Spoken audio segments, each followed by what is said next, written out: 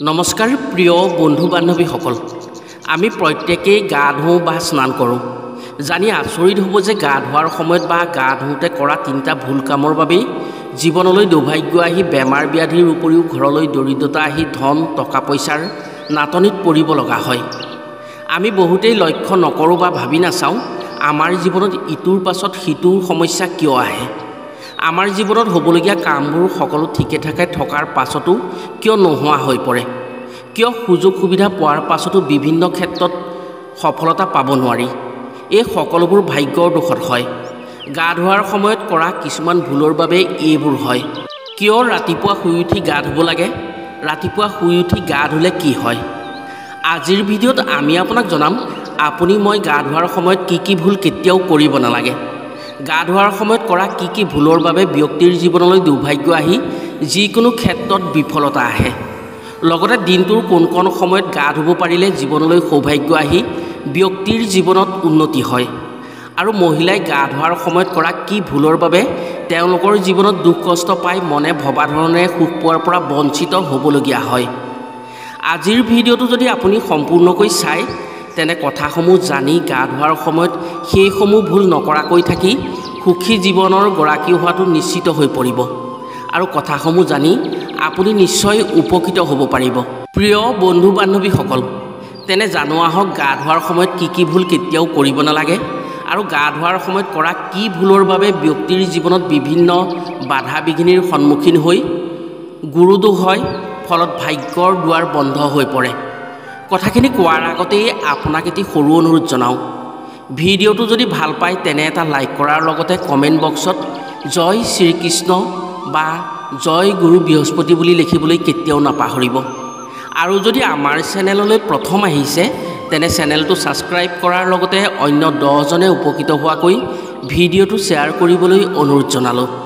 বহু ক্ষেত্ৰত জীৱনত চলি থকা বিপদ বিঘিনি অপায় অমংগল ধাৰ ঋণ আদিৰ আমি কাৰণ বিচাৰি নাপাওঁ।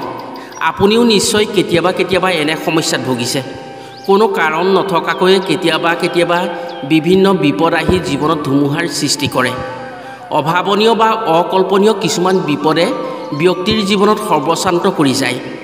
দৈনন্দিন জীৱনত কৰা এনে কিছুমান সৰু ভুলৰ বাবেই কিছু সময়ত বহুত ডাঙৰ বিপদত পৰিব লগা হয় ব্যক্তি। বিশেষকৈ গা ধোৱাৰ সময়ত কৰা কিছুমান ভুলৰ বাবেই ব্যক্তিৰ জীৱনত এনে বেয়া প্ৰভাৱ পেলায় যাৰ পৰা পৰিত্ৰাণ পোৱা বৰ কঠিন হৈ পৰে।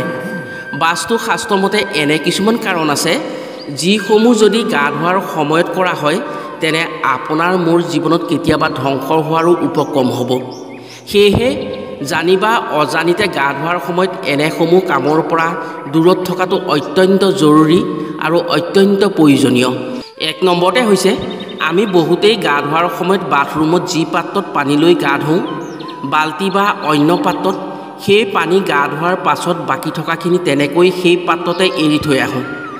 গা ধুই এনেকৈ গা ধোৱাৰ পাত্ৰত লেতেৰা পানী কেতিয়াও এৰি আহিব নালাগে। এনেকুৱা কৰিলে বাস্তুদোষ হয়। যেনেকৈ এখন ঘৰত বাস্তুদোষ হ'লে ঘৰখন খুলি খায়, ঠিক তেনেকৈ ব্যক্তিৰ শৰীৰত যদি বাস্তুদোষ হয় তেতিয়া সেই ব্যক্তি আৰু ৰক্ষা নাই। সেই ব্যক্তিৰ শৰীৰত বাস্তুদোষৰ ফলত বিভিন্ন ৰোগ ব্যাধি হয়। অন্য নালাগে কেতিয়াবা এনে ৰোগ হয় যি ৰোগৰ ফলত ব্যক্তিয়ে শাৰীৰিক মানসিক সকলো ক্ষেত্ৰতে কষ্ট পাবলগীয়া হয়। জ্যোতিষশাস্ত্ৰৰ মতে এনে কাৰ্যৰ দ্বাৰা ৰাহু কেতুৰ প্ৰভাৱ পৰে। ৰাহু কেতুৰ বেয়া প্ৰভাৱৰ ফলত ব্যক্তিয়ে বিভিন্ন ক্ষেত্ৰত শৰীৰত যান্ত্ৰণা পাবলগীয়া হয়। সেয়েহে এনে ভুল কেতিয়াও কৰিব নালাগে। আপুনি গা ধোৱাৰ পাছত বাথৰুম বা গা ধোৱা ঘৰটো সম্পূৰ্ণ চাফ চিকুণ কৰি আহিবলৈ চেষ্টা কৰিব। লগতে যদি আপুনি গা ধোৱা পাত্ৰত গা ধুই পানী থাকি যায় সেই পানীখিনি অৰ্থাৎ লেতেৰা পানীখিনি পেলাই সেই বাচনটোত পুনৰ পানী ভৰাই থ'ব, নহ'লে সেই বাচনটো উবুৰিয়াই থৈ আহিব লাগে। ইয়াৰ উপৰিও এনে কাৰ্যৰ দ্বাৰা শনিৰ কোপদৃষ্টি পৰে। যদি শনিৰ কোপদৃষ্টি কোনো ব্যক্তিৰ ওপৰত পৰে তেনে সেই ব্যক্তিৰ উন্নতি কেতিয়াও নহয়। ইটোৰ পাছত সিটো সমস্যা আহি ব্যক্তিৰ জীৱনত ধ্বংসৰ ফালে আগবাঢ়ি যায়। 2 নম্বৰতে হৈছে বহু মহিলাই গা ধুবলৈ গৈ বাথৰুমত তেওঁৰ ছিগা চুলি বা সৰা চুলি বাথৰুমত যেনি তেনি পেলাই থৈ আহে। এনে কাৰ্য একেবাৰে ভুল। আপোনাৰো যদি এই অভ্যাস আছে তেনে আজি এই ভিডিঅ'টো চোৱাৰ পাছতেই এই অভ্যাস এৰি দিয়ক। এনে কাৰ্যৰ দ্বাৰা আপোনাৰ বহু বিপদ আহিব পাৰে। এনে কাৰ্য কৰা ব্যক্তিৰ প্ৰতি শনিদেৱ আৰু মংগলদেৱ ৰুষ্ট হয়।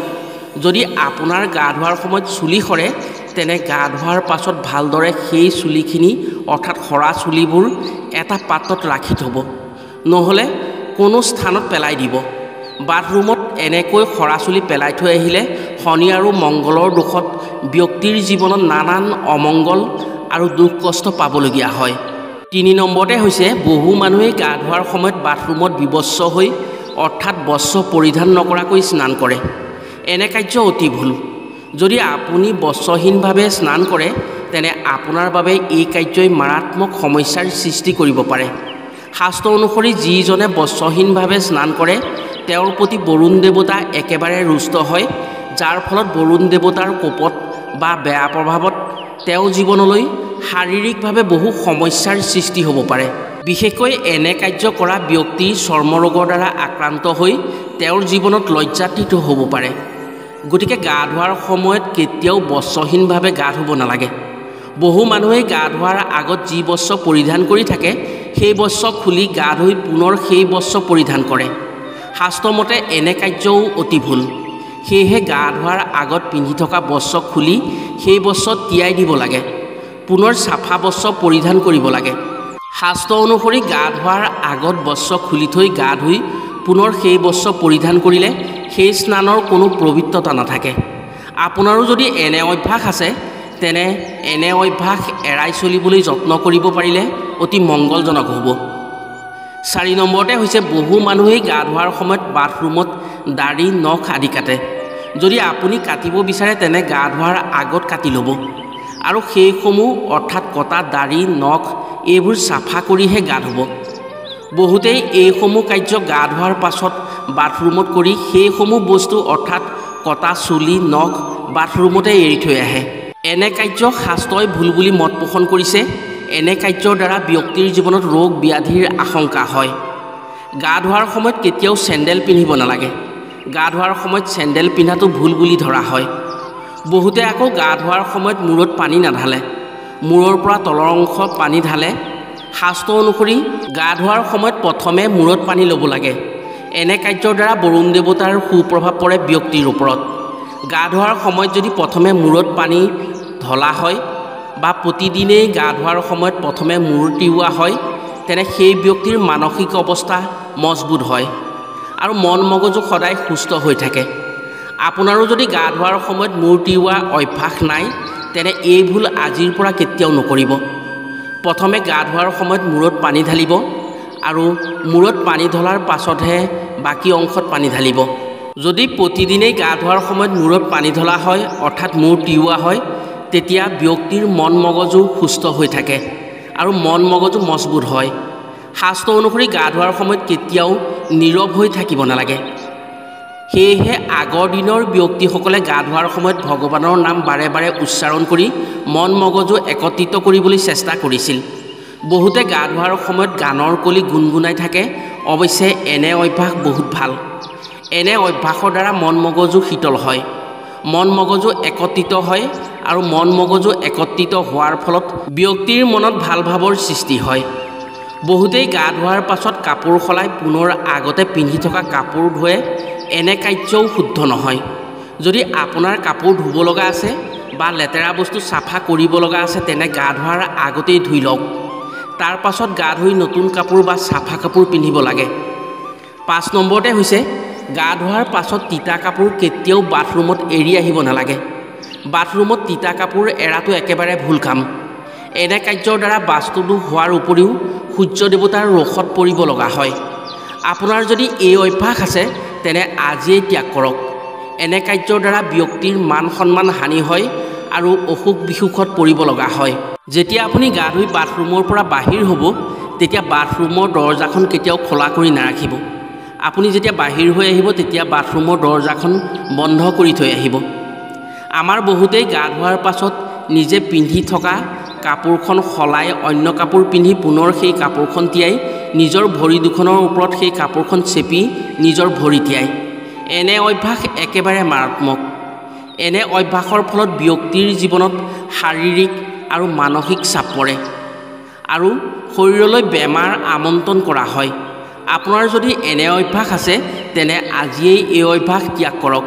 প্ৰিয় বন্ধু বান্ধৱীসকল, এইসমূহ কাম গা ধোৱাৰ সময়ত কেতিয়াও নকৰিব। এইসমূহ কামে আপোনাৰ জীৱনলৈ ভয়ংকৰ বিপদ মাতি আনিব পাৰে। আপোনাৰ যদি এইসমূহ অভ্যাস আছে তেনে আজিৰ ভিডিঅ'টো চোৱাৰ পিছত এইসমূহ অভ্যাস ত্যাগ কৰক, নহ'লে আপোনাৰ বাস্তুদোষ আৰু বেমাৰ ব্যাধিয়ে আপোনাক শেষ কৰিব। আজিলৈ ভিডিঅ'টো ইমানতে সামৰিছোঁ। পুনৰ অন্য এটি ভিডিঅ'ৰ জৰিয়তে লগ পোৱাৰ প্ৰতিশ্ৰুতিৰে আজিলৈ আহোঁ। সকলো ভালে থাকক, সুস্থ থাকক। ধন্যবাদ।